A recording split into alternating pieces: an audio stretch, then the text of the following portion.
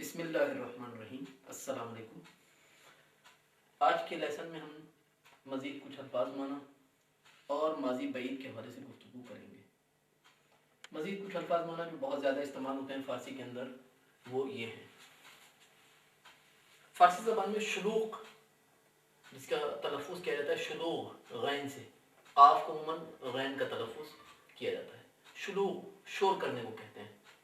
شلوغ کردن شور مچانا، حرکت کردن روانہ ہونا، جشن گرفتن خوشی منانا، فکر کردن سوچنا، باز کردن کھولنا، سعی کردن کوشش کرنا، گوش کردن یا گوش دادن سننا، وہی لسننگ کے معنوں میں، لسن ٹو لسن، امضا کردن دستخط کرنا سگنیچر کرنا، فحش دادن، فحش کہتے ہیں گالی کو، فحش دادن یعنی گالی دینا، رد شدن فیل ہو جانا، فیل ہونا، قبول شدن اس کا اپوزٹ پاس ہو جانا، یاد گرفتن سیکھنا، لذت بردن لطف اٹھانا یا لطف آنا، بازی کردن کھیلنا۔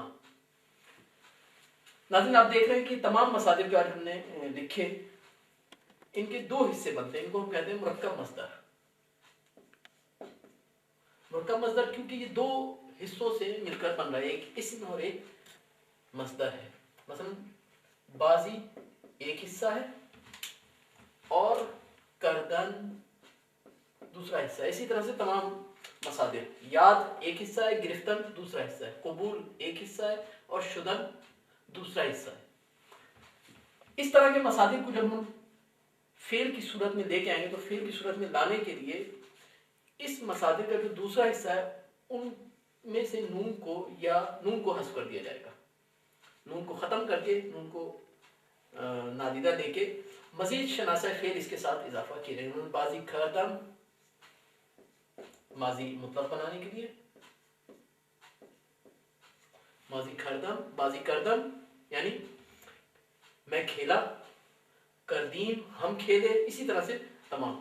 بازی می کردم میں کھیل رہا تھا، بازی می کردیم ہم کھیل رہے تھے، اسی طرح سے تمام مصادر کے اندر جو ہے وہ کیا جائے گا، یعنی دوسرے حصے سے نون کو حذف کر کے اس کے ساتھ جو ہے وہ شناسہ فعل کا اضافہ کیا جائے گا اور پھر مختلف ورب بنائے جائیں گے اس طرح کے مصادر سے۔